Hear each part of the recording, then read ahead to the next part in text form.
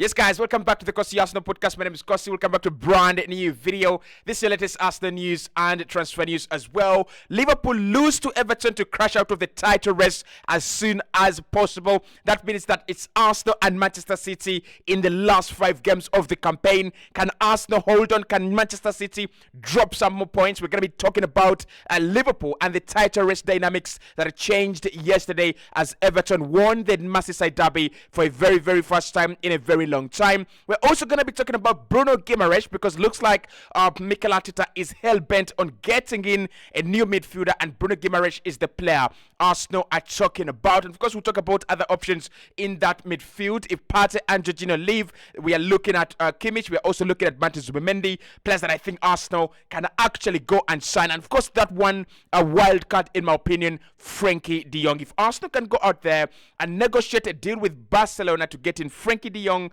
I think we might have the best midfield of Frenkie de Jong, Martin Odegaard, and of course Declan Rice. Obviously, you can let me know in the comment box below whether you think de Jong is at the level of a Jorginho, is at the level of a Thomas Partey, or you would prefer other options in the let me know in the comment box below. Right, so let's get into it. Let's start off with that big Liverpool result yesterday.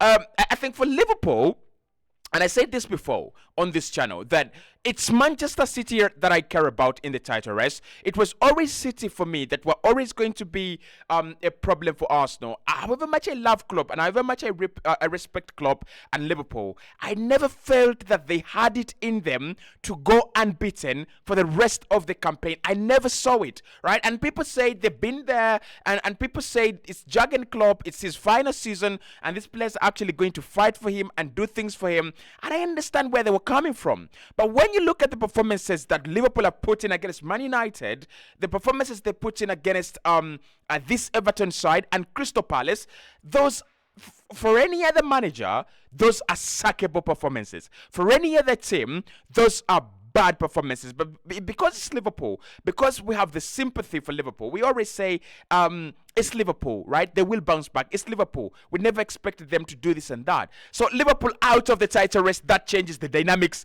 of this title race very, very much. And I think it adds a little bit of pressure to Manchester City, as they go into this game against Brighton tonight. If Manchester City don't win, it's back into Arsenal's hands to win each and every game. Now, don't get me wrong. I still think City will win each and every game left in the campaign. I still think City will win the title. I think they have it in them, right? What Liverpool don't have and what Arsenal don't have is that continuity, that ability to go 5 games, unbeaten under pressure, 6 games unbeaten under immense pressure. And that's what City have. And I eventually think they will win the title. But right now, if we are to go with what is available right now, I think Liverpool will drop more points actually.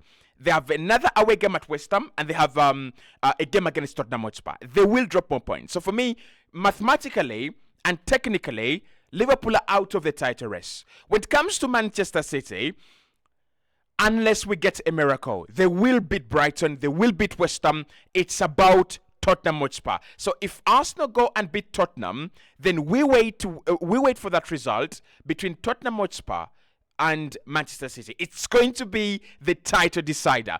Are Tottenham going to sit down and allow to be beaten by Manchester City because they don't want Arsenal to win it?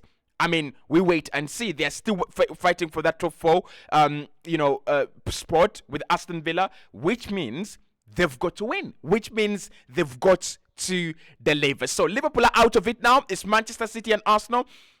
Does that mean that we are any better? No, right?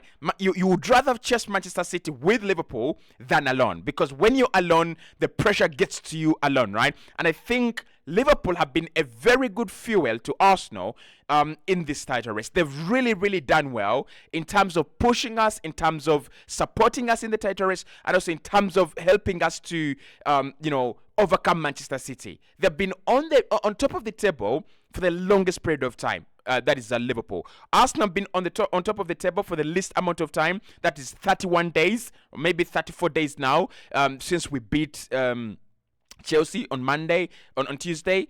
32, 33 days now. So it's now about to City. It's now up to City. Do they drop points, or do they actually, go and win each and every game? Which we know where they can do, but they have not yet done it yet. So let's get into the transfers, which actually very, very interesting this early morning. Brewing everywhere is the big story on Bruno Guimaraes. He could be moving in the summer, and Arsenal are one of the clubs interested. I want us to talk about Bruno Guimaraes in a way that necessitates Arsenal, because it's a very difficult deal, but also a very important deal if Mikel Arteta and Edu could get it done and convince him. Now, I think we're very likable and very attractive as a club right now. I think Mikel has done a good job. Edu has done a good job bringing in these talents. And collecting them together. I think anyone in the world in midfield would love to play with Declan Rice, and everyone in the world would love to play with Martin Odegaard right now. Like, he's so creative, he is hardworking, and he is a star, man. He's a star boy. There's something with Declan Rice, hardworking, creative. He's effective in what he does. And I think with Bruno Guimaraes, what we have seen with him is he works better in teams that work as a unit. Now, don't get me wrong, he is a monster, an absolute monster. He's one of those players that will chase you down. He will bring you down. At times, he even loses his head, and he will do those nasty tackles. But he's a player that Arsenal need. He's a player that we need in this setup. He's a player that we need in this system. He's a player that can add a lot to this Arsenal side. Now, the story was broken by The Athletic, and that was David Onstein, who said Arsenal like Bruno Guimaraes very much, but of course so do other clubs. It's not only Arsenal that are interested in Bruno.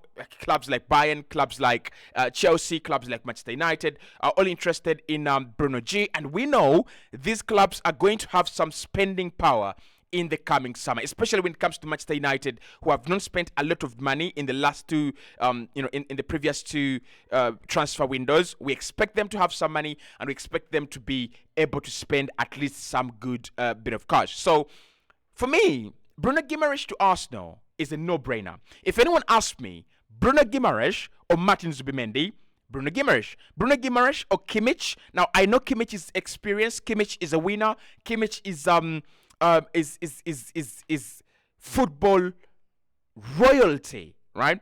But I would still go with Bruno Guimaraes because he's younger, he's got his best years ahead of him, he knows the Premier League, and he's got the legs and energy to bring to that midfield and overcome any midfield setup. So I would still go with Bruno Guimaraes. Bruno Guimaraes or Frankie de Jong. I like Frankie very much, but I would still go with Bruno Guimaraes. The only player right now that I would take over Bruno Guimaraes is Rodri. And I'm honest, I'm being honest. The only player I would take at Arsenal ahead of Bruno Guimaraes is Rodri. So,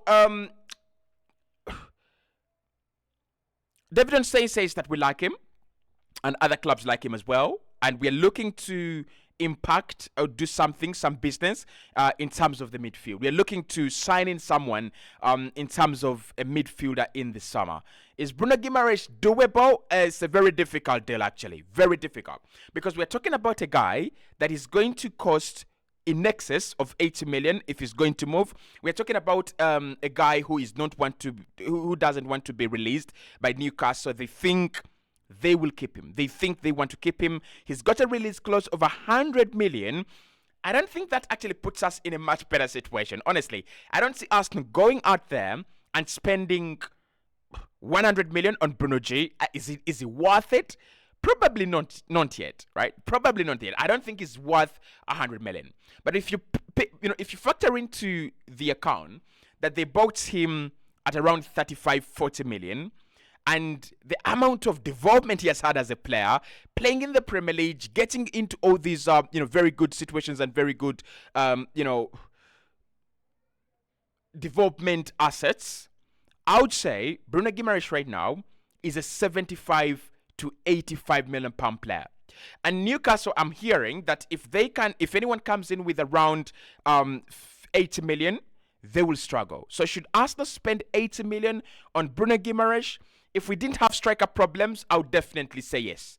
But we have striker problems, and I would want to see Arsenal dealing responsibly dealing with our striker problems. I don't want us next season to be ranting about the same problems. So I would say, at the moment, no.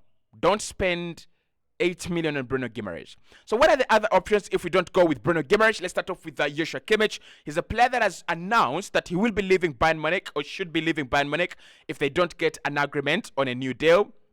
Bayern obviously want him to stay, but they're not giving him the kind of money he is asking for. So Arsenal could be one of the teams that want Joshua Kimmich, need Joshua Kimmich, but also luckily Joshua Kimmich wants us. That is something beautiful to listen to. Joshua Kimmich wants us. You know what that means? Kimmich is getting old. Obviously, he's 28, 29. He's got around 3 more years or 4 more years at the topmost level. And I think, for me, he's one of the best options Arsenal have in there. The signing of Jorginho was a brilliant one. With Joshua Kimmich, you're getting in a guy who's got 4 more years in his game. At 29, 30, 31, 32, Joshua Kimmich is going to be the best of the world's best midfield. Whether he goes to Real Madrid, whether he goes to Manchester City, or whether he goes to Arsenal. If he goes to City, I don't think they will let go of Rodri unless Barcelona are really going to do some, good forward play.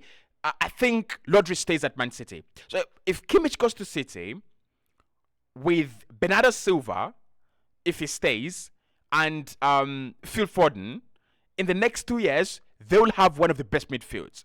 If he goes to Real Madrid with Jude Bellingham and Aurelien Tchouameni and Camavinga and Fede Valverde, that is simply one of the best midfields in the world. If he goes to Arsenal with Declan Rice, Odegaard, Partey there maybe, Jorginho there maybe, and him, that is simply one of the best midfields in the world. So I think with Kimmich, he brings that experience, he brings that pedigree, and he is a winner, by the way. I mean, we are looking for a way to win the UEFA Champions League. We're starting the new format next season. We're going to have 2 groups, A and B, and then, it's a disorganized format. I hope I will explain it later when we get to the UEFA Champions League.